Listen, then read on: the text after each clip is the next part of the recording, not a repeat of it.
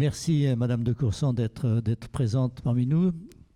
Indépendamment de l'Europe, Madame de Courson est aussi quelqu'un qui est très attaché à la résurgence et au rôle de la ruralité.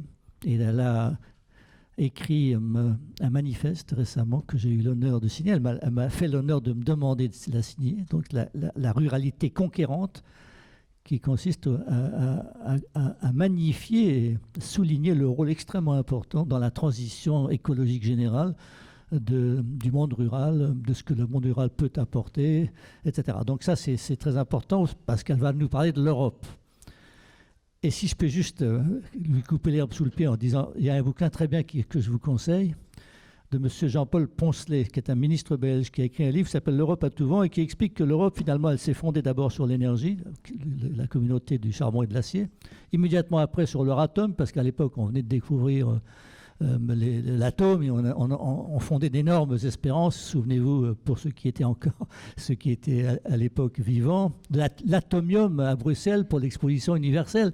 Donc il y a eu une espèce d'énorme engouement et l'Europe donc s'est fondée à la fois sur le charbon et l'acier ancien, les trucs anciens un peu, et sur le nucléaire. Et maintenant, malheureusement, cette Europe de l'énergie n'existe pas, pour être très franc. Donc on va un peu en parler. Je laisse la parole à Mme de Courson qui, elle, va faire un rapport sur l'indépendance. Où est-ce que nous en sommes de l'indépendance de l'Europe? Parce que l'indépendance, c'était un des thèmes de la politique de l'énergie ou des directives de l'énergie. Il fallait que l'énergie qu'on soit indépendant, que ce soit pas cher, affordable, et que ce soit aussi écologique. Donc, Madame de Courson, merci beaucoup de nous avoir fait l'honneur d'être là. Donc, moi, je suis effectivement à la Commission du développement durable et de l'aménagement du territoire, ce qui donc, est lié.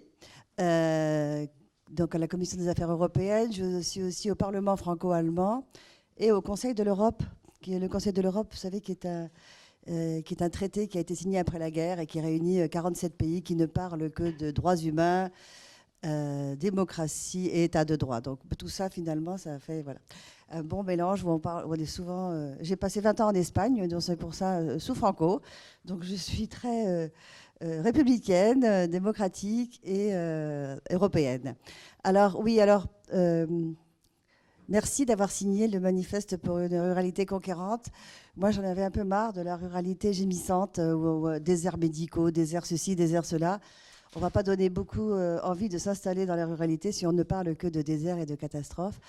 Mais surtout, je pense que le progrès pendant ces 70 dernières années a été un progrès basé sur une technique et sur des industries d'exploitation qui a fait qu'aujourd'hui, on en est arrivé à une situation dramatique au niveau du climat. Aujourd'hui, il faut qu'on substitue à cette économie de l'exploitation et de l'extraction une économie de la régénérescence et de la réparation. Bon, et je pense que dans les territoires ruraux, on est vraiment aux premières loges pour justement apporter un nouveau modèle basé sur le vivant. Basé sur le vivant et la protection du vivant. Alors, et dans la ruralité, c'est là où il y a le vent, le soleil, les rivières, la terre. Et c'est là que donc les nouvelles énergies peuvent voir le jour en donnant plus d'autonomie à tout le monde. Et c'est d'autonomie et d'indépendance énergétique d'ailleurs qu'on va parler ici. Mais c'est dans la ruralité que l'on peut apporter ce nouveau modèle, non seulement parce qu'il y a effectivement toutes ces potentialités, mais aussi parce qu'il y a peut-être un génie rural, on va dire, qui est fait déjà de sobriété, de débrouillardise. Je ne sais pas, vous avez sûrement vu à la campagne des agriculteurs qui avaient besoin d'une porte pour le pré, ben, ils le font dans l'après-midi. Hein. Voilà, avec ce qu'ils ont. Donc la réparation, la réutilisation, cet esprit-là est déjà dans l'esprit rural. En tout cas, l'était. Donc je pense qu'il faut qu'on le remette au goût du jour. Alors, en ce qui concerne l'indépendance énergétique de l'Europe, parce que je crois que c'est le sujet, qu'on en commence à en parler à un moment donné. Donc, c'est le sujet du rapport. Alors, d'abord, je tiens à vous dire que je ne suis absolument pas une spécialiste de l'énergie, parce que je sais qu'ici, vous l'êtes tous plus ou moins. Donc, je vais être très humble à ce sujet. Donc, moi, je représente des citoyens qui m'ont élu. Et donc, c'est pour cela que je fais ce genre de rapport, pour amener tout le monde à faire cette transition énergétique nécessaire. Donc, je ne suis pas une spécialiste, donc vous allez m'aider. Mais surtout, ce rapport, il n'est pas fini. Donc, je me suis dit qu'aujourd'hui, ça allait être une bonne occasion pour que vous m'aidiez dans les recommandations. Hein, parce que moi, j'en ai un certain nombre, bien sûr, en tête. Mais Je pense que vous êtes tous dans des entreprises, bâtiments, mobilité, énergétique, et que suite à ce qu'on va se dire ce matin, ça va me donner des nouvelles idées et pour apporter cette contribution. Alors le but de ce rapport, on fait beaucoup de rapports dans la Commission des affaires européennes. En général, c'est soit pour proposer des résolutions à la Commission européenne, mais là, comme elle n'est pas encore installée, ce qu'on voudrait, c'est vraiment apporter notre contribution au Green Deal, au pacte vert pour le climat qui est en train de se mettre en place et qui n'est pas encore complètement défini. Donc c'est le moment.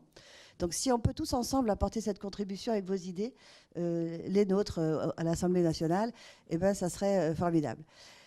Donc la dépendance. Alors en fait, ce qu'on a vu dans ce rapport, en faisant ce rapport, c'est que premièrement, la dépendance énergétique de l'Europe, elle est de plus en plus forte. La dépendance, hein, pas l'indépendance. La dépendance est de plus en plus grande et notamment, nous sommes de plus en plus dépendants vis-à-vis de gaz de la Russie, par exemple. Et en fait, nous consommons, parce que nous consommons de plus en plus, pas forcément nous dans la partie occidentale, mais c'est dans la partie orientale de l'Europe où effectivement, il y a de plus en plus de consommation parce qu'il y a de plus en plus de progrès aussi. Donc ça, c'est forcément concomitant. Donc cette dépendance, elle est vis-à-vis du gaz.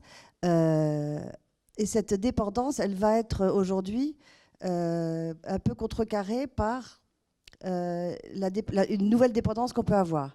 En fait, il faut distinguer dépendance et souveraineté.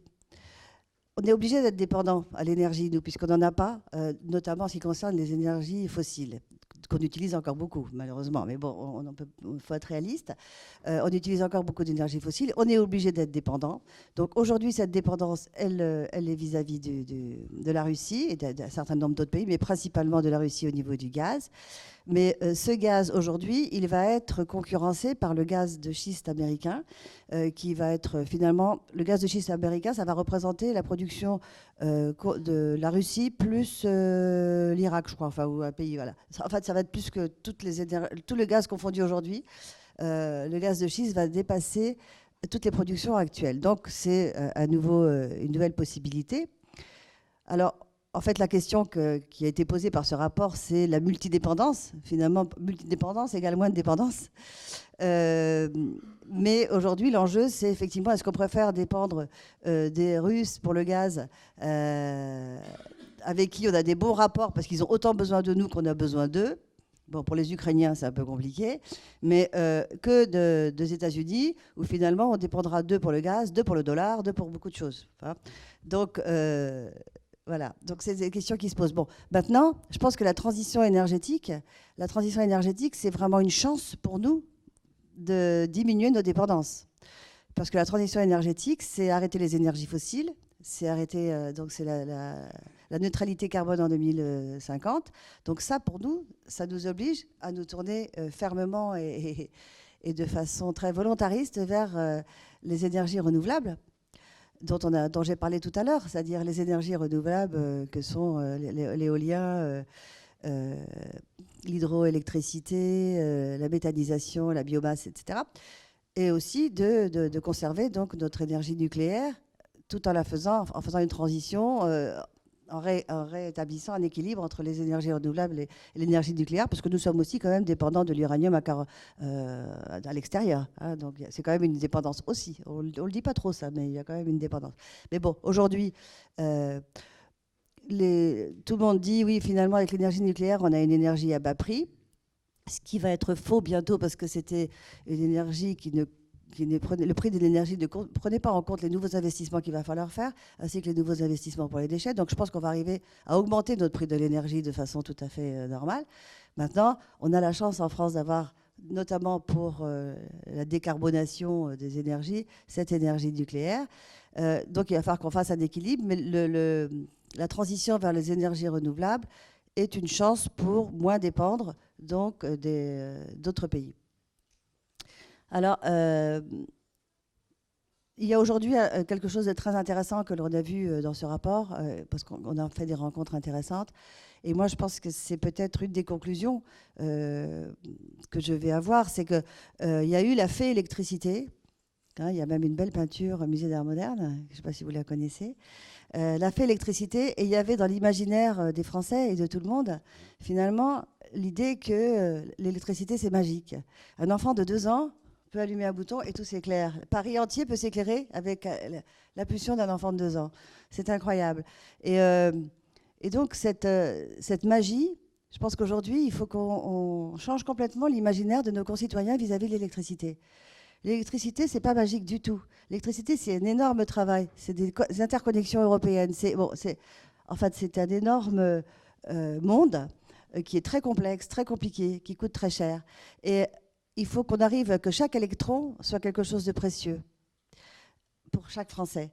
Et pour changer, je pense, ce comportement vis-à-vis de l'énergie, et changer cet imaginaire de l'énergie et en faire une des choses les plus précieuses, parce que moi, je ne suis pas pour la décroissance et dire on va consommer de moins en moins, mais je pense qu'il faut qu'on consomme de plus en plus consciemment, de façon de plus en plus consciente, et de se dire, si je fais ça, ça a telle et telle conséquence.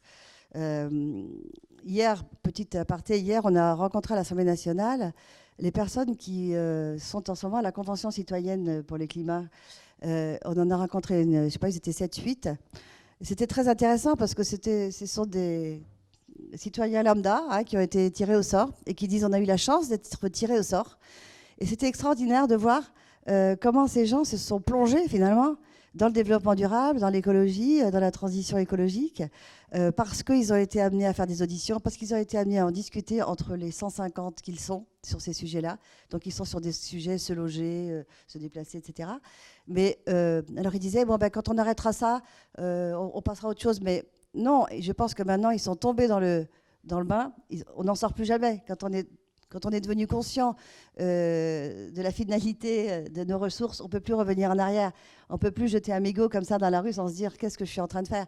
Donc, vis-à-vis de l'énergie, je pense que c'est pareil. Il faut que nos concitoyens ils soient conscients que l'énergie, c'est précieux. Et dans ce cadre-là, il y a aujourd'hui un grand mouvement qui sont les coopératives d'énergie, coopératives citoyennes de l'énergie. Je sais pas, j'imagine que vous connaissez peut-être le système. Et qui fait que ce sont des gens qui se mettent ensemble pour faire des installations ensemble, pour investir ensemble et pour justement accompagner cette nouvelle façon de consommer, cette nouvelle façon d'avoir de l'énergie par un aspect beaucoup plus conscient, avec de la formation. Et cette énergie, par exemple, qui en France coûte un peu plus cher parce que ces coopératives, elles augmentent un peu le prix, elle est complètement rééquilibrée par l'efficacité énergétique qui est mise donc en chantier aussi dans ces coopératives. Bon, et l'efficacité énergétique, ça fait, à mon avis, c'est complètement lié maintenant. Je pense qu'on ne peut plus parler d'indépendance énergétique sans parler d'efficacité de ce que l'on ne consomme pas et de surtout ce que l'on ne consomme pas. Et je pense que pour les gens du bâtiment, c'est quand même très intéressante, l'efficacité énergétique. Donc voilà, donc je pense qu'aujourd'hui, l'indépendance énergétique, c'est surtout une prise de conscience globale et générale qu'il faut qu'on fasse attention à comment on consomme, à ce que l'on consomme comme énergie, à comment on l'économise, et que les citoyens doivent se réapproprier complètement ce sujet et que ça doit arrêter d'être du haut vers le bas et qu'on ne comprenne rien de comment ça se passe. Au contraire, qu'on comprenne extrêmement bien comment ça se passe, que l'on peut faire quelque chose, qu'avec des communautés, on peut reprendre main sur notre destin. Et on dit que l'indépendance énergétique, ce n'est pas la même chose que la souveraineté. Et la souveraineté, c'est la souveraineté des citoyens, ce n'est pas la souveraineté du roi. En France, c'est la souveraineté des citoyens. Donc je pense qu'il y a là des pistes intéressantes pour faire progresser le sujet. Non, moi, ce qui m'intéresse, c'est l'indépendance. Et ça me fait penser au charbon aux États-Unis. Le président Carter, en son temps, avait dit qu'il faut faire du charbon parce que c'est l'indépendance énergétique. On en a marre de dépendre du Moyen-Orient. Et donc, ils sont rués sur le charbon. Et maintenant, bien entendu, on dit arrêtez le charbon, c'est dégueulasse, il faut passer à autre chose. Et donc, c'est le gaz de schiste. En Europe, la Pologne et d'autres nous disent l'indépendance, pour moi, c'est le charbon, excusez-moi. Et je n'ai pas envie de dépendre des Russes. Bon, et en France, par exemple, Madame Isabelle Kocher a été renvoyée à ses études parce qu'elle ne défendait pas assez le gaz. Bon, c'est ce que dit Clamadieu, hein, c'est clair et net, c'est vraiment pour ça. Hein, donc, elle ne défendait pas assez le gaz. Et donc, on est dans une situation un peu paradoxale. Est-ce que, comme député de la majorité, vous pourriez peut-être aussi suggérer à l'Europe et à votre gouvernement qu'à un moment donné, il faut être cohérent. Si on est dans la transition, on ne défend pas le gaz. Pour la maille, je pense que enfin, là, c'est aussi à partager. Il y a différentes mailles.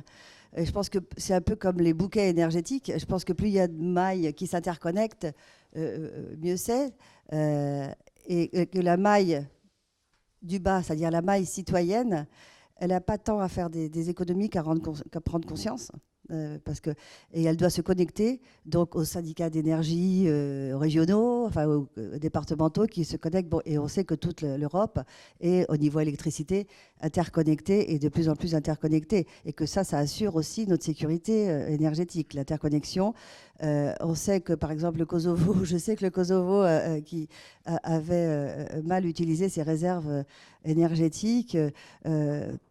Enfin, qui a été un peu trop loin de ses réserves énergétiques, avait fait trembler un petit peu toute l'Europe. Tu te souviens? Oui, ils avaient fait baisser la tension de toute l'Europe et toutes les pendules avaient été retardées de 2 minutes. Voilà. Bon, alors l'interconnexion, c'est bien, mais voilà, il faut être vraiment solidaire, hein, parce que les bêtises des uns peuvent faire tomber tout un réseau. Mais donc, les mailles, moi je pense qu'il y a la maille du bas, elle est très importante pour faire comprendre les grandes mailles et pour que les gens aient justement du poids, comme par exemple pour Engie, ce que tu viens de dire. C'est très important pour qu'ils puissent s'exprimer en fonction de choix qu'ils pensent les dépassent. Je pense que le problème aujourd'hui en France, c'est qu'aussi la maille du bas, elle ne comprend pas du tout les grandes décisions. Elle dit oui, mais moi je suis pas, j'y connais rien, je ne peux pas décider. Alors que si les gens s'intéressent à la question, ils pourront dire comment se fait-il qu'on veuille autant promouvoir le gaz alors qu'on veut faire notre transition énergétique. Et si on est conscient, on peut beaucoup plus intervenir. Pour le but de ce rapport, je l'ai dit au début, c'est-à-dire que nous, et ça rejoint un peu votre question, c'est quel est le rôle de la Commission des affaires européennes et de l'Assemblée nationale avec l'Union européenne. Alors, la Commission des affaires européennes, en fait, elle fait des rapports comme ça, où elle fait des résolutions. Elle est là pour inspirer. Elle est là pour inspirer l'Union européenne, et chaque commission des affaires européennes en Europe fait un peu la même chose. Et c'est pour ça d'ailleurs qu'on a fait aussi ce Parlement franco-allemand pour pouvoir peser plus donc sur ce qui se passe à l'Union européenne.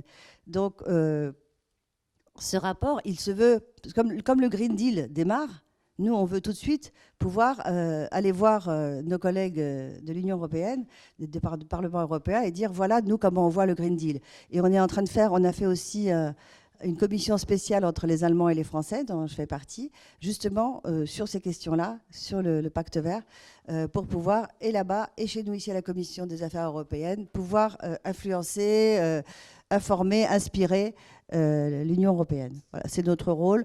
On n'a pas de pouvoir plus grand que ça, mais c'est déjà pas mal. Et on reçoit donc beaucoup à l'Assemblée nationale de personnes qui sont auditionnées sur ce sujet, qui sont soit des personnes des experts, etc., pour nous nourrir, pour pouvoir mieux dialoguer avec nos collègues européens. Elle a démarré il y a 1 an, donc on s'est réunis 3 fois. Elle se réunit à peu près tous les 6 mois. Et là, la dernière fois, justement, ça se passait donc à Strasbourg, c'était la semaine dernière, et c'est là qu'on a voté pour la création de cette commission concernant donc le pacte vert. Il y a une commission spéciale concernant le pacte vert qui va durer 6 mois, et sur lequel donc on va travailler uniquement sur ce pacte vert. C'est avec ce rapport que j'ai appris ces questions-là. Et en fait, Nord Stream 2, donc, il permet d'éviter de passer par l'Ukraine, principalement. Et en fait, on voit très bien que ce gaz, bon, et c'est pour ça que le gaz naturel liquéfié est aussi une alternative à cette dépendance des gazoducs, hein, puisqu'on peut diversifier plus sa dépendance quand on importe du gaz naturel liquéfié. Que les Américains nous proposent d'ailleurs, bon, pas cher. Mais le Nord Stream 2, c'est vraiment, bon, ça passe par la Baltique, pour ceux qui ne savent pas, et que ça part d'un port russe et ça arrive à un port allemand. c'est une façon de diversifier. Maintenant, les problèmes sont toujours un peu géopolitiques dans cette affaire. Donc, à un moment donné, on sait ce qu'il y a aujourd'hui, mais on ne sait pas ce qui se passera demain. Donc, en tout cas, plus on diversifie le bouquet d'énergie, plus on diversifie les sources d'approvisionnement et les façons dont elles arrivent, plus on a de chance, si on arrive à contrôler comment ça se passe. Parce qu'après, quand il y a des problèmes sur les gazoducs, il y a eu des problèmes, il y a eu des coupures. Bon, mais plus on a tendance à pouvoir avoir une indépendance énergétique. Bon, je crois qu'on sait très bien à quoi ça aboutit, c'est-à-dire que la suprématie, ça nous donne encore plus envie d'être indépendants et souverains peut-être. Hein, c'est une alerte. C'est une alerte. Plus on nous dit ça, surtout peut-être les Français, puis on dit non mais voilà. Donc après, tout ça, c'est une affaire de diplomatie, c'est une affaire de stratégie française, européenne, etc., et de relations avec les États-Unis dont on ne peut pas se passer. Mais justement, en ce qui concerne notre entrée dans le gaz naturel liquéfié, il faut faire attention à ça, parce qu'on sait que ça sera une dépendance et un pouvoir que les États-Unis auront sur nous. Donc après, il faut encore une fois peut-être diversifier. Peut-être on peut en acheter, parce qu'en fait, il n'y a pas beaucoup de ports qui regazifient le gaz naturel liquéfié. Il y a Fos, il y en a 2, enfin il y en a 3 en France, il n'y en a pas beaucoup dans l'Est. Donc pour nous, c'est une ressource aussi de pouvoir. Parce que tous nos ports qui regazifient, ils sont en sous-production. Donc voilà, il y a énormément des choses qui interfèrent dans tout ça. Donc c'est pour ça qu'il faut qu'à un moment donné, prendre tous les éléments en compte et avoir quand même comme direction première notre souveraineté. Ça ne veut pas dire qu'on est indépendant. Hein. Indépendance et souveraineté, ce n'est pas la même chose. On peut être indépendant et pas souverain. Le Brexit, c'est peut-être quelque chose d'indépendance, mais pas de souveraineté. Alors que voilà, donc c'est toujours la combinaison entre tous ces éléments-là qu'il va falloir. Et donc l'Europe va être à la manœuvre, là, avec le Green Deal, énormément sur tous ces sujets-là. Donc levier ou compagnon de route. Bon, l'électricité, c'est pour ça que l'énergie, c'est vital. Hein, on ne va pas faire semblant qu'on ne va pas du tout consommer d'énergie. Et je pense que, par exemple, la voiture, qu'elle soit au pétrole ou à l'électricité, déjà au pétrole, la voiture, et pour la ruralité, et moi qui suis une extrême rurale, ça a été le désenclavement et l'inclusion de beaucoup de monde. C'est-à-dire déjà les petites camionnettes qui passaient pour le pain, pour le boucher, etc. Les gens, ils étaient... Les assignés à résidence que l'on a encore dans la ruralité, ils l'ont été moins à partir du moment où il y avait l'automobile. Et donc l'automobile, ça a été un truc génial pour la ruralité. On s'en rend... Il ne faut pas oublier ça. Donc, il ne faut pas qu'on dise, oui, bon, ben, on va mettre des transports en commun partout. Ce n'est pas vrai. On ne va pas y arriver à mettre des transports en commun dans toutes les montagnes et dans toutes les vallées. Voilà. Il faut se rendre compte que la nature, elle est ce qu'elle est. Qu'on ne va pas pouvoir... Moi, chez moi, il y a 26 habitants au kilomètre carré. On ne va pas mettre des bus qui passent toutes les 10 minutes. Hein. Mais je pense que cette histoire d'énergie, elle est pour nous vitale. Donc, levier ou compagnon de route... alors, je veux dire un peu les deux, ça fait vraiment un peu... Voilà. Mais c'est-à-dire que c'est un peu les deux, c'est-à-dire qu'en même temps, notre besoin d'énergie fait que ça doit être un levier. De toute façon, on ne peut pas s'en passer, moi je ne suis pas pour s'en passer, mais en même temps, il faut qu'on ne soit pas dépendant, par exemple, au pétrole, au point de nous tuer comme on est en train de le faire. C'est-à-dire qu'à un moment donné, compagnon de route, parce que ce n'est pas l'énergie qui va nous commander non plus. C'est-à-dire qu'on en a un besoin vital, mais c'est nous qui décidons de quelle façon nous voulons consommer de l'énergie et utiliser l'énergie et l'exploiter. Donc, et c'est pour ça que les énergies renouvelables, c'est très important. Et quand on parle de toutes les énergies renouvelables qui ne se stockent pas, par exemple, c'est vrai que les automobiles électriques sont, et on reprend la réversibilité, sont autant de petits stocks possibles. Parce qu'on sait qu'on consomme très peu, on utilise très peu sa voiture. On utilise quoi 5% du temps. Le reste du temps, soit les brancher, si on a une voiture électrique. Et là, il y a aussi la réversibilité. C'est-à-dire que votre batterie de voiture, elle peut servir d'unité de stockage. Et plus il y aura de voitures électriques, plus il y aura peut-être d'unités de stockage. Bon, après, il faut que la technologie suive pour que tout ça soit recyclable. Bon. Voilà. Donc, l'électricité, levier ou compagnon de route, voilà, moi je pense que notre besoin d'électricité fait que ça va être un levier pour nous faire bouger. Et c'est en même temps un compagnon de route parce que nous devons nous-mêmes décider et être souverains par rapport à cette énergie. nous partageons, moi je partage l'avis de monsieur, c'est-à-dire que l'électricité, tu peux la produire de manière décarbonée. Oui. Tandis que le fossile, par définition, c'est carboné. Donc si on veut décarboner, il faut électrifier davantage. Et parce que, par exemple, le renouvelable, le solaire, les éoliennes, tout ça, c'est de l'électricité à la fin. Oui, quoi, hein. bien sûr. Et le nucléaire aussi. Donc tout ça, c'est décarboné. Donc l'électrification apparaît, ici comme ailleurs, comme un des meilleurs moyens de décarboner l'économie, quoi. Voilà, c'est ça le truc. Bien sûr. La réversibilité, c'est la liberté aussi, et en plus, c'est la solidarité. Parce que tout ce qui peut être réversible, si on en a trop d'un côté, en gros, on peut le renvoyer de l'autre. Et puis, si on ne veut plus d'un côté, on peut prendre de l'autre. Mais je pense que toutes ces circulations, cette fluidité générale qu'on peut avoir entre Européens, pour l'instant, elle n'existe pas complètement. Parce que, justement, à l'Est, les anciens pays qui faisaient partie de l'URSS, eux, ils sont beaucoup plus monomaniaques, je puis dire. Donc, ils sont donc, toute cette réversibilité, toute cette fluidité, toute cette connexion, ils ne l'ont pas encore. Et c'est ce qui fait qu'aujourd'hui, globalement, l'Union européenne, elle est pas très bonne en indépendance énergétique. Mais bien sûr, je pense que toutes ces... et je pense qu'il y a des directives européennes qui vont dans ce sens-là, qui obligent donc les pays... Alors, je faudrait que je les retrouve, les numéros exactement de la directive, mais il y a des directives européennes qui, justement, suite à des problèmes de rupture d'approvisionnement pour certains pays de l'Est, donc encouragent, obligent ou font des communications pour les pays membres à ce qu'il y ait de plus en plus de réversibilité, d'interconnexion et de travail fait dans ce sens-là. Moi, je trouve qu'aujourd'hui, le Green Deal, tel qu'on regarde ce qui est dit aujourd'hui, c'est très flou. Il n'y a pas beaucoup d'étapes très précisément données. Et donc, c'est pour ça, d'ailleurs, que l'on a fait ce groupe franco-allemand pour essayer de faire avancer les choses plus vite. Et en fait, on a déjà dans ce groupe franco-allemand, on a deux objectifs, de faire réussir la COP26 et de faire réussir la COP15 qui passera à Pékin. Donc, et la COP26 qui va se passer à Glasgow. Donc, c'est sur le climat. Et là aussi, là, on veut avancer et d'avoir vraiment une pression sur cette COP pour pas qu'il se passe comme celle qui s'était passée en Espagne où finalement rien ne s'était vraiment décidé. Donc, ce groupe franco-allemand, il va servir à ça. Il va servir à... Bon, après, le pouvoir qu'il aura, ce sera... je ne sais pas lequel il aura. Bah, on va essayer de qu'il ait le maximum de pouvoir et d'essayer de faire le maximum de... Mais effectivement, le calendrier est très contraint et ça rejoint un peu ce qu'a dit monsieur, c'est-à-dire qu'à un moment donné, les feuilles de route, il faut qu'elles soient beaucoup plus précises, plus contraignantes. Après, vous savez comment ça se passe. On peut avoir des objectifs très importants et puis qu'après, personne ne suive. Donc voilà, c'est pour ça que... C'est vrai, c'est comme ça que ça se passe. Bon, parce qu'il y a différentes forces en présence qui font que les choses reculent plutôt que d'avancer dans certains cas. Mais effectivement, nous, ce qu'on veut, c'est faire d'abord réussir à Glasgow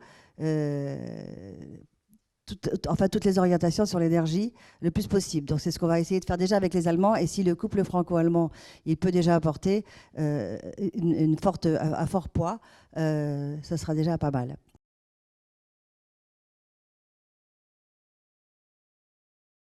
Le problème des Allemands, c'est qu'ils veulent ni du nucléaire ni du charbon, donc ça va être compliqué justement de trouver la troisième voie. Hein, c'est vrai, non, c'est vrai. Donc, ils se mettent la barre très haut. Donc, c'est pour ça mais à la limite, ils ont besoin de nous aussi. Hein. Donc, en fait, c'est toujours cette histoire d'interdépendance. Et c'est pour ça que l'Union européenne doit être très forte. Parce que vous voyez bien qu'on tout seul, on n'y arrive pas. Et je pense que justement, donc, pour arriver à ces objectifs de réduction de ces énergies-là. Et effectivement, ils comptent sur les autres. Donc, mais je pense qu'ils comptent aussi sur... Bon, ils sont beaucoup plus forts en énergie renouvelable que nous. Hein. Au niveau photovoltaïque, ils sont beaucoup plus forts. Au niveau éolien, ils sont beaucoup plus forts. Hydroélectricité, beaucoup moins bon. Ouais. Les Suisses sont bons. Donc voilà. Je pense que la coopération, la collaboration, et justement là aussi dans le pacte pour le climat, il va falloir aussi que ces questions-là se discutent, de comment les uns réduisent... Parce que c'est pour ça qu'il y a Gazprom 2, c'est parce que les Allemands, ils veulent importer du GNL, puisqu'ils ne veulent plus ni du charbon ni du nucléaire. Il faut bien que pour le moment, ils trouvent une énergie de transition. Et c'est vrai que l'énergie de transition fossile la plus décarbonée, ça va être le gaz liquéfié. Maintenant, ce n'est qu'une transition. Mais ils ont fait donc ils ont été très favorables. Et la France, finalement, est restée sagement derrière l'Allemagne pour Gazprom 2, hein, alors que beaucoup d'autres pays y étaient opposés. Voilà, donc tout ça, c'est une histoire de collaboration et de travail sur quelle énergie on veut pour demain pour l'Europe et comment on va la produire. Qui va produire quoi? Parce qu'effectivement, on n'a pas tous les mêmes atouts. C'est vrai qu'en Espagne, le photovoltaïque est beaucoup plus important, en Portugal aussi. Il faut qu'on puisse arriver à partager toutes nos énergies et à faire dans les objectifs qui vont nous être donnés par le COP26. Ah oui, monsieur, c'était plutôt une suggestion. C'était plutôt une suggestion de dire les feuilles de route qui sont imposées à l'industrie automobile, pourquoi on ne fait pas la même chose pour le bâtiment et pour le... Mais effectivement, moi je pense qu'il faut... Enfin, si vous me posez la question à moi personnellement, moi je suis pour être le plus contraignant possible. Oui. Oui, mais je l'ai noté. J'ai noté et puis effectivement, je le mettrai dans ma conclusion, enfin, dans mes recommandations pour l'avenir, de dire maintenant il faut être beaucoup plus... précis dans les feuilles de route et dans les étapes, parce qu'effectivement, on voit bien que pour l'automobile, ça marche bien. Il faudrait que ça puisse suivre pour le bâtiment. Mais bon, je pense qu'au niveau efficacité énergétique des bâtiments, il y a beaucoup d'industries des bâtiments et travaux publics qui sont mis à la tâche et qui font un énorme progrès. Hein, en tout cas, c'est pas eux qui font le plus de consommation de CO2 hein, aujourd'hui, parce qu'ils sont beaucoup plus vertueux dans leur pratique qu'ils ne l'étaient avant. Mais effectivement, je pense qu'il faut des feuilles de route pour tout le monde. Et puis comme ça, ne serait-ce que pour informer nos concitoyens en disant, et fait ce qu'ils voient au niveau de l'automobile, comment ça se passe. Ils voient les progrès. Et d'ailleurs, quand ils disent pourquoi passer aux voitures électriques, parce que ma voiture, elle consomme presque plus elle n'émet presque plus de CO2. Les gens, et donc, ils savent très bien raconter comment leur voiture est vertueuse. Enfin, de plus en plus. Bon, alors l'efficacité énergétique des bâtiments, on sait qu'il y a, on a dit 500 000 logements par an. En fait, on est plutôt autour de 900 000 par an qu'il faudrait pour plus qu'il y ait des passoires énergétiques. Donc c'est énorme. Hein. C'est énorme. Donc il faut qu'on le fasse. Il faut qu'on le fasse dans nos objectifs de neutralité carbone. Hein. Il faut qu'on le fasse maintenant avec les bâtiments les plus efficaces énergétiquement. C'est-à-dire que ce qu'on vise maintenant, c'est de consommer le moins possible d'énergie. C'est-à-dire c'est l'énergie qu'on ne consomme pas qui est la meilleure quand même. Et donc, alors qu'on a face à nous des producteurs d'énergie qui veulent nous faire produire un maximum d'énergie parce que c'est leur mission quand même de vendre de l'énergie. Donc à un moment donné, voilà, quand on... Bien sûr, il y a des mesures qui font qu'on fait des économies d'énergie avec les compteurs de nuit, etc. Mais quand même, quand on produit quelque chose, on vise à... Voilà. Ces objectifs d'efficacité énergétique, je pense que c'est très, très difficile à atteindre, parce que moi, je vois, on ne les atteint jamais. Alors, moins on les atteint, plus l'objectif monte. C'est pour ça qu'on passe de 500 000 à 900 000 par an. Donc, à un moment donné, il va falloir être beaucoup plus contraignant. Et dans les lois qu'on a mises en place, c'est-à-dire que vous n'allez plus avoir le droit de louer des passoires énergétiques, ni de vendre des passoires énergétiques. Donc ça, c'est typiquement des choses contraignantes. Où il faut vraiment qu'il va y avoir des bilans énergétiques maintenant de plus en plus précis pour tout ce qui est transaction autour de l'habitat. Maintenant, je pense que tout ce qui est habitat, enfin tout ce qui est bâtiments communaux, bâtiments publics, je pense qu'il y a déjà un effort à faire énorme, parce que là non plus c'est pas fait. Donc on devrait être au niveau de l'État, l'État devrait être le premier, l'État et les collectivités territoriales devraient être le premier à montrer le bon exemple. Et là il y a déjà un chantier immense. Donc pour l'histoire du gaz, je pense qu'elle se clôt, la question du gaz partout, elle se clôt avec les objectifs CO2, quoi. À un moment donné, il va falloir faire la passation. Alors, je ne sais pas comment, parce que je ne suis pas assez experte pour ça, parce que ça me semble un chantier énorme.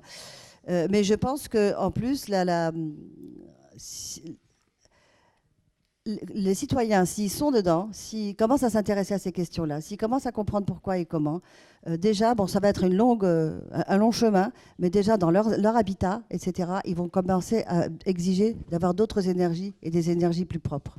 Moi, je pense que ça, c'est très important parce que là, ça va être la demande. Hein. J'entends bien, chère madame, mais n'oubliez pas que dans le collectif, Oui. on leur a mis des tuyaux et Oui. que le gaz, il est là pour de longues décennies et qu'on ne va pas pouvoir changer le mode de chauffage de tous ces bâtiments. Hein. Du jour au lendemain, non. Mais si on veut le changer, on peut le changer. C'est-à-dire qu'on ne va pas du jour au lendemain dire arrêtez votre gaz et on met autre chose. Mais je pense qu'on peut... Comment ? On mettra des pompes à chaleur, oui. On mettra des pompes à chaleur, oui, bien sûr. Des pompes à chaleur et des panneaux photovoltaïques sur le toit. Et on fera beaucoup d'économies, surtout en consommant moins. Et en ayant un certain nombre de... Parce que j'ai vu qu'il y avait aussi, j'ai lu ça quelque part, qu'il y avait des vitres maintenant qui étaient en même temps photovoltaïques, qui produisaient de l'énergie. Donc je pense que c'est un énorme champ d'évolution technologique et d'innovation. La transition énergétique, c'est quand même une chance incroyable d'innovation. Bon, il y a les campagnes municipales, effectivement, là, c'est vraiment tout petit, c'est autour de chez moi, mais il va y avoir des départementales et des régionales. Et les régionales, vous savez, c'est elles qui détiennent les fonds européens pour payer des initiatives.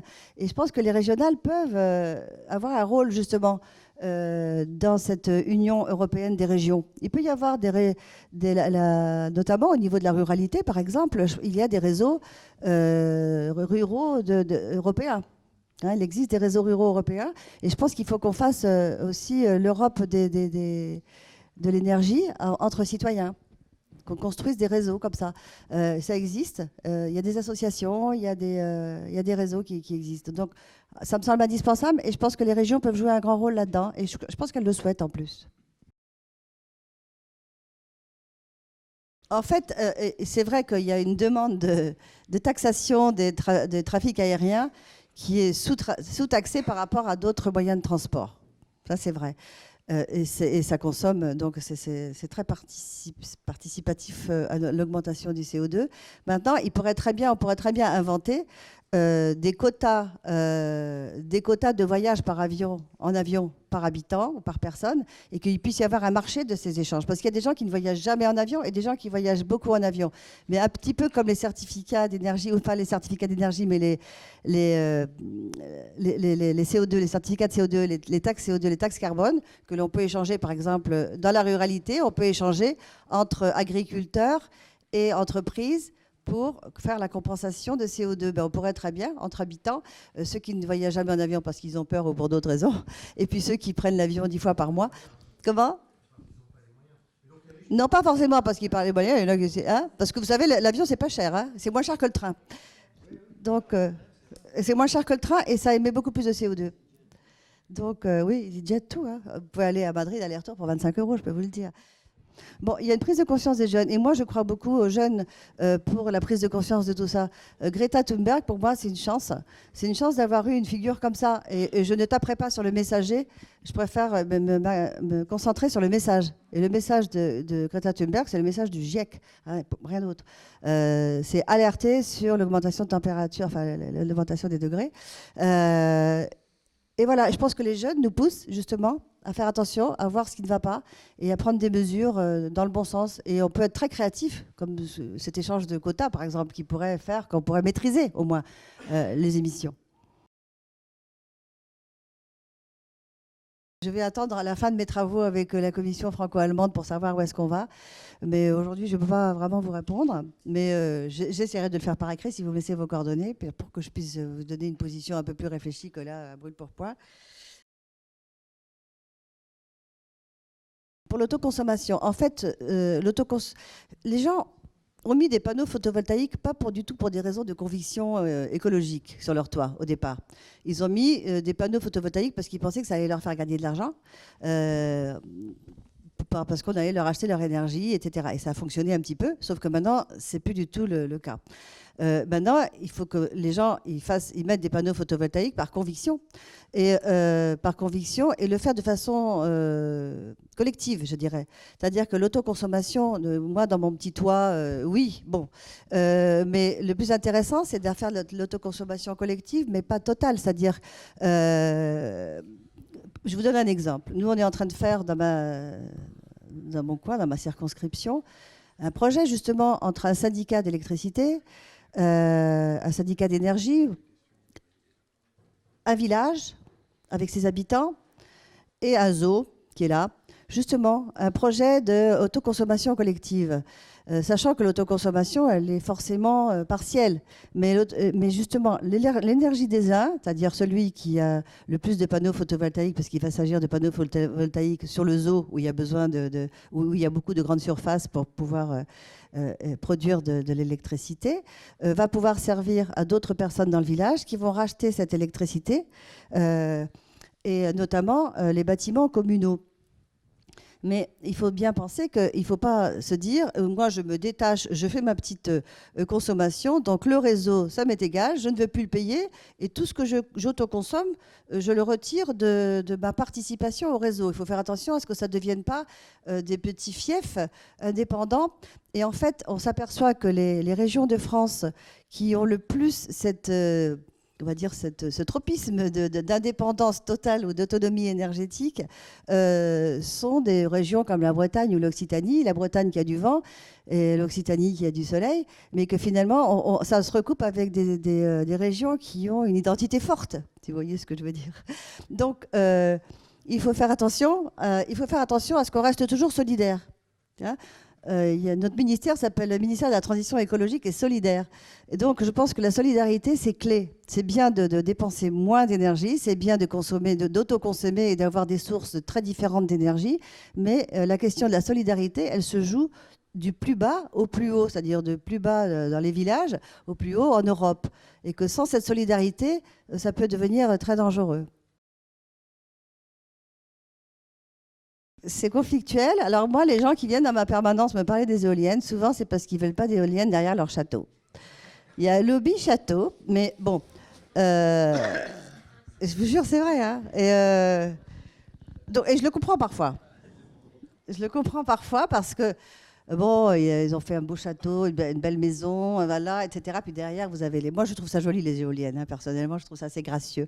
Mais, et puis souvent, les éoliennes... en fait, ça suscite des jalousies. Bon, moi, j'ai des gens qui sont carrément complotistes, hein, qui viennent me voir avec le bouquin, je ne sais plus comment il s'appelle ce monsieur, il a écrit un bouquin sur les éoliennes où il n'y a aucune référence. Enfin, c'est complètement délirant. Gouffier,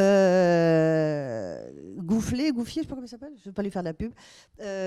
Bon, mais les gens arrivent avec ces bouquins-là et disent « Qu'est-ce que vous en pensez, madame la députée ?» Donc moi, au début, je n'avais pas lu le bouquin. Donc on l'a lu le bouquin à la permanence, on se l'est procuré et puis on a vu que c'était... Alors, c'est vrai qu'au début, je pense qu'au début de l'installation des éoliennes, ça a été un peu, on va dire, chaotique. Je pense que maintenant, ça l'est moins. C'est-à-dire qu'il y a eu pas assez, justement,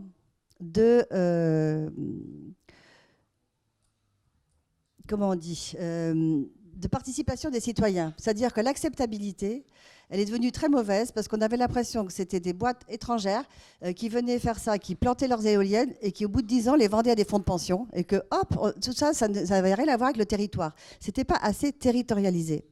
Aujourd'hui, les syndicats d'énergie prennent la chose en main. Les syndicats d'énergie, dans tous les territoires, prennent les choses en main et prennent la position d'interface entre les compagnies d'éoliennes, les entreprises, et les territoires, en disant, nous, on va être le garant de confiance.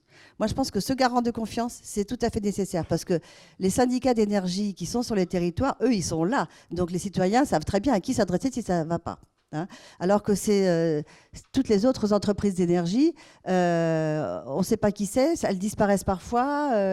Tout à coup, on s'aperçoit qu'il y a 10 salariés là-dedans parce que c'est toute la sous-traitance. Voilà. Donc tout ça, ça a commencé un peu comme ça. Mais maintenant, je pense qu'il commence à y avoir beaucoup plus d'ordre qui est en train d'être fait là-dedans. Donc il y a des études, bien sûr, très complètes qui sont faites en amont. La prise en compte des citoyens est beaucoup plus faite. Et maintenant, il y a même, les gens participent financièrement au projet éolien. C'est-à-dire qu'ils sont dans le capital de départ. Donc, si ça peut leur rapporter aussi de l'argent. Où il peut y avoir des systèmes. Et puis, il y a des communautés citoyennes de l'énergie qui font leur propre parc éolien et qui en sont donc très fiers. Je pense que l'acceptabilité, elle est fonction de votre implication dans le projet. Moins vous êtes impliqué, plus vous avez tendance à dire « not in my backyard ».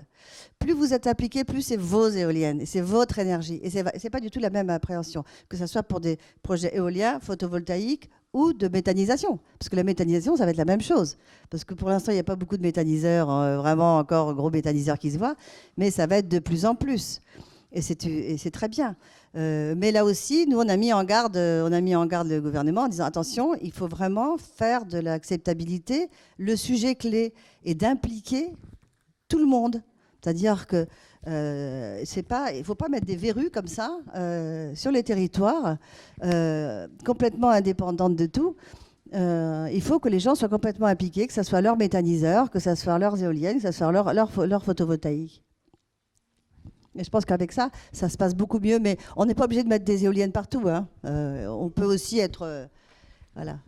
On nous dit que l'énergie, elle va être de plus en plus smart. Oui. Et donc, on va se fonder sur des banques de données avec les caractéristiques quasiment personnelles de chaque consommateur, de ses appareils ménagers, avec l'Internet, un compteur Linky, l'Internet des objets, etc.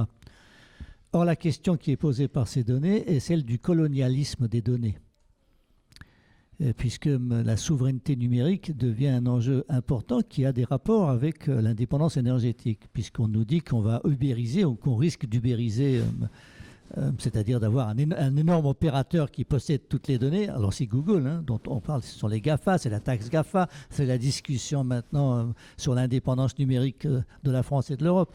Donc est-ce que cet aspect-là sera approché? On aura quelques idées là-dessus, parce qu'on est tous dans le bleu là-dessus. On ne sait pas très bien où ça va, qu'est-ce qui se passe, comment on peut contrer les GAFA. Est-ce qu'on a des banques de données? On en a en France qui sont très importantes. Et donc, est-ce que tout ça va rentrer dans le jeu de l'indépendance énergétique du Green Deal? En fait, on peut vendre ou exploiter des données globales. Par exemple, c'est ce qu'on fait avec la sécurité sociale. Chez nous, on a des données sur la santé qui ne sont pas forcément des données personnelles, hein, que l'on peut partager avec beaucoup de gens dans le monde et qui sont très intéressantes pour la santé générale du monde entier. Parce que, tu vois, et là-dessus, pour l'énergie, ça peut être pareil. C'est-à-dire, entre les données et les données personnelles, c'est pas pareil. Et les données, c'est intéressant parce qu'on peut dire finalement, pour mieux économiser ou pour mieux échanger ou pour mieux collaborer, regardez, on a toutes ces données-là et ça peut nous donner plein d'informations pour avoir des idées, faire de l'innovation, etc. Mais bien sûr, les données personnelles, c'est autre chose. Donc ça, bien sûr, il faut protéger nos données personnelles. Elles ne sont pas toujours protégées dans certains systèmes. Donc voilà. Par exemple, le compteur Linky, qui est une petite préfiguration finalement. On peut avoir un gros compteur Linky global de tout le pays ou de toute l'Europe. C'est très intéressant parce que vous pouvez vraiment devenir maître de votre consommation. Et vous pouvez décider de dire, bon, ben moi, je passe un accord avec ma commune, ma région, mon pays, mon continent, de dire je m'engage entre 5h et 9h du soir à ne pas consommer d'électricité parce que j'ai fait de l'autoconsommation et j'ai une batterie ou je ne sais pas quoi, mais je gère et de dire là, je me retire de l'énergie pour pas qu'il y ait le blackout parce que je sais qu'en Pologne, il va faire très froid. Enfin, tu vois, et on peut complètement communiquer grâce à la maîtrise de notre énergie, de dire moi, je maîtrise mon énergie et je suis connecté à tous les autres Européens en échangeant quand vous en avez besoin, en vous en donnant et en prenant. Voilà. Et je pense qu'au niveau des données, on pourra faire ce genre de choses-là, ça va être super. Mais après, voilà, c'est au niveau des données personnelles et qui les détient, ça c'est une autre question. Mais c'est pas la donnée. Vous savez, Louise Weiss, la philosophe, elle disait les armes sont innocentes. C'est les esprits derrière qui sont les coupables. Et je pense que pour les données, c'est un peu pareil. Est-ce que chaque pays fixe, oui, ou est-ce que c'est l'Union européenne? C'est chaque pays. Mais c'est malheureux. Voilà. Il n'y a pas de politique européenne de l'énergie, il y a une politique européenne du climat. Et qui d'ailleurs a distordu, si je puis me permettre ces néologismes, a distordu le marché de l'électricité, etc. Donc c'est compliqué pour l'Union européenne et il y a beaucoup de gens qui disent si on veut relancer l'Union européenne, peut-être avec le Green Deal, il faudrait relancer une politique européenne de l'énergie un peu plus sérieuse que ce que nous avons jusqu'à présent. N'oubliez jamais non plus que le problème numéro un en Europe, c'est le pétrole. Pour 70%, c'est le pétrole. Et donc, on parle toujours de l'électricité parce que c'est plus amusant, mais franchement, le problème, c'est le pétrole. C'est compliqué pour moi de répondre à ça. Je ne sais pas s'il y a quelqu'un qui peut répondre à ça, puisque justement, ça change tout le temps. On voit bien qu'il suffit d'un certain événements géopolitiques pour que des choses changent très vite. On voit bien que aujourd'hui, finalement, les enjeux de nos consommations, c'est le CO2, alors qu'avant, l'indépendance, c'est quelque chose, mais maintenant, c'est le climat qui est au-dessus, finalement, même de l'indépendance. Et donc, je pense que l'urgence du climat va pouvoir faire beaucoup de changements dans nos façons de consommer, etc. Et je pense que là, il y a vraiment des pactes à établir entre les entreprises, entre les citoyens, entre les États. Et donc, moi, je ne sais pas du tout ce qu'on va consommer d'ici 2050. Et j'espère le moins possible, en tout cas, le moins destructeur possible de notre environnement. Vous voyez, et je pense que ça, aujourd'hui, c'est quelque chose qui commence à être ancré dans les esprits. C'est-à-dire l'urgence climatique. Je pense que c'est plus du tout le fait de quelques écolos en sandales. Hein. Je pense qu'aujourd'hui, le fait climatique, il va forcément influencer nos consommations d'énergie, nos productions d'énergie, forcément. Alors, comment? Je ne sais pas vous le dire. Il n'y a pas de décret d'application encore, mais donc ça ne serait tardé. Oui, et je pense que ça va être un levier, oui, tout à fait, pour encourager donc, les initiatives circulaires, comme ça va être le cas pour tous les autres aspects de l'économie circulaire. Le gâchis, le partage. Donc, je pense que ce serait intéressant, d'ailleurs, je vais en prendre la suggestion qu'il fasse l'objet d'autant d'aide à tout ce qui est circulaire, qui est pour d'autres univers, mais qu'on ne le fait peut-être pas assez pour l'électricité. Je pense que les Allemands, ils sont assez paradoxaux parce qu'en fait, ils sont très pour l'économie circulaire, très pour ces choses-là. Et en même temps, ils consomment de l'électricité qui vient du charbon. Et en même temps, voilà. Donc, mais on arrive à s'entendre. Quand on se parle, voilà, on a des petits terrains de non-accord qu'on voit avec les Allemands. Mais en fait, on a en tout cas la volonté, en ce qui concerne notre groupe de travail franco-allemand, de dépasser justement ces petites différences pour aller vers la promotion du développement durable, c'est-à-dire de l'économie circulaire et d'une Europe de l'économie circulaire, justement, même circulaire entre nous. Hein. Voilà, à la grande échelle. Alors l'école, c'est extrêmement important. Il y a, en France, il y a le Parlement des enfants qui existe. Le Parlement des enfants, c'est des écoles qui sont choisies chaque année et qui donc font des propositions sur un sujet. Cette année, c'était l'égalité femmes-hommes. L'année dernière, je crois que c'était le harcèlement. Je sais. Bon, et il y a aussi des projets d'écologie. Et donc, on pourrait mettre au programme, par exemple, l'énergie. Ça serait intéressant. Et donc, ce Parlement des enfants, donc les enfants font un projet avec leur maître, etc. Et après, le présentent à l'Assemblée nationale. Et puis, il y a un concours et on récompense le meilleur projet. Mais on pourrait très bien organiser ça, justement, franco-allemand déjà, et pourquoi pas au niveau européen, parce que ça permet effectivement de faire des débats. Et lorsque j'étais, donc on a été à Strasbourg l'année dernière pour créer notre groupe de travail sur le Green Deal et pour faire notre réunion de franco-allemand, on a rencontré des élèves de classe qui s'appellent BIBAC, je crois, franco-allemand, justement. Et on a rencontré des étudiants de première année de fac, etc., première, deuxième. Et ils étaient une cinquantaine. Et il y avait donc un groupe aussi, il y avait des tables rondes, il y avait une table ronde sur l'énergie, sur le climat. Donc c'est ce genre je pense que ce genre de partage est très intéressant parce qu'après, on a noué plein de contacts avec tous les étudiants qui étaient là. Et moi, il y en a plusieurs qui m'ont interpellé, qui m'ont donné leurs coordonnées pour qu'on puisse continuer à faire ça en France et parler de ces sujets-là et d'élaborer des projets dans leur fac ou dans leur école. Donc là, c'est très important parce qu'on sait très bien que la mobilisation des jeunes, ça fait bouger tout le monde. Parce que tout à coup, on se dit, oh et donc, c'est vraiment des choses à développer de plus jeune âge. Et c'est ce qu'on fait et c'est ce qu'il faudrait continuer à faire, mais de façon européenne.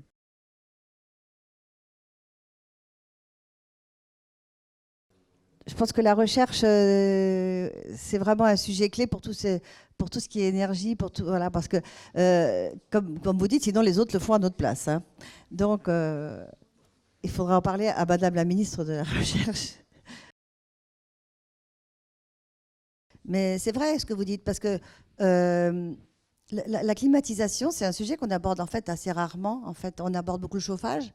Et vous savez, il y a actuellement un programme qui s'appelle, enfin, il y a un site qui s'appelle MaPrimeRénov, qui s'adresse donc à tous les Français pour rénover leur habitat et pour finalement centraliser tous les programmes d'aide auxquels ils peuvent bénéficier. Mais je pense que c'est un peu tabou la climatisation en France. Ça l'a été. Et en fait, ça l'est moins. Et la climatisation, bon, il y a la climatisation nationale, naturelle, qui sont nos arbres et nos forêts. Bon. Mais il y a aussi la climatisation qui va falloir, sans doute avec le réchauffement, le climat méditerranéen, il monte de 7 km par an. Hein, donc il est arrivé au niveau Saint-Étienne, là, il paraît, à peu près. Donc il va faire de plus en plus chaud. Alors, moi, je ne connais pas bien les enjeux de la climatisation, mais je me dis que c'est vrai qu'on n'en parle jamais et j'ai toujours l'impression que c'est un truc d'Américains, alors qu'en fait, vous savez, en Amérique, ils sont tous pull the air. Et alors qu'on va sûrement être concerné par une demande des gens. Alors, comment on adresse cette demande? Comment on fait avec cette demande? Comment on fait qu'il n'y ait pas plus de CO2 émis? Comment on fait que ça soit vertueux? Comment on fait que ça soit l'innovation? Comment on fait que les gens, effectivement, tous les plombiers, les installateurs, etc., montent en compétences dans tous les domaines. Pas simplement je sais l'installer, mais je sais installer ce qui est meilleur pour nous, dans tous les sens.